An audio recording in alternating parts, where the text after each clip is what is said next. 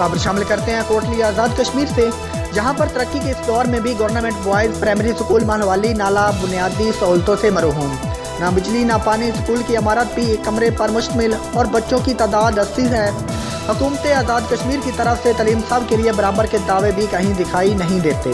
अगर देखा जाए तो जहां पर बच्चों की तादाद ज़्यादा है वहां पर इमारत तक महदूद नहीं, और जहां पर आला और मियारी इमारतें हैं वहां पर बच्चों की तादाद 20-25 है। इस हवाले से मज़ीद रिपोर्ट कर रहे हैं मोहम्मद नदीम चौधरी।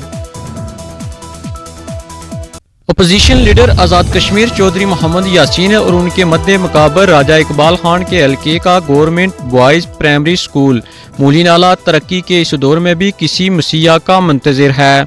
एक कमरे पर मुश्तमिल स्कूल में बच्चों की तादाद 80 के करीब है। बारिश और गर्मी के मौसम में एक कमरे में बच्चों की तालीम का निज़ाम जारी रखना इंतहाई मुश्किल होता है। मैं क्लास 5 का तालिब इल्म हूँ।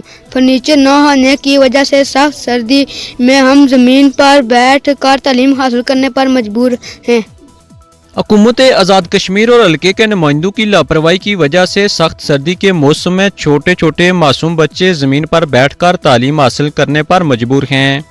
हमारे स्कूल में एक कमरा और एक बरामदा बच्चों की तादाद तकरीबन 80 के करीब है। फर्नीचर भी हमारे पास ना होने के बराबर है। हम बच्चों से जब भी हम क्लासें बिठाते हैं तो उन्हें नीचे बिठा के पढ़ाते हैं। एक कमरे के अंदर बच्चों को पढ़ाना तालीम देना बड़ा मुश्किल है। हुकाम बाला से हम अपील कर चुके हैं, माहाना गुशवारा भी भेजते हैं, लेकिन इस पे तवज्जो की ज़रूरत है कि वो हमारी मदद करें ताकि हम बच्चों को सही तरीके से तालीम दें। असातिज़ा का कहना है कि एक कमरे में इतने बच्चों को तालीम देना बहुत मुश्किल है। मौसम की खराबी के बायस बाज़ औक़ात कुछ क्लासों को छुट्टी देना पड़ती है। आला हकाम को आगाह करने के बावजूद कोई सुनवाई न हो सकी। कैमरामैन टीम के साथ मोहम्मद नदीम, कोटली, आज़ाद कश्मीर।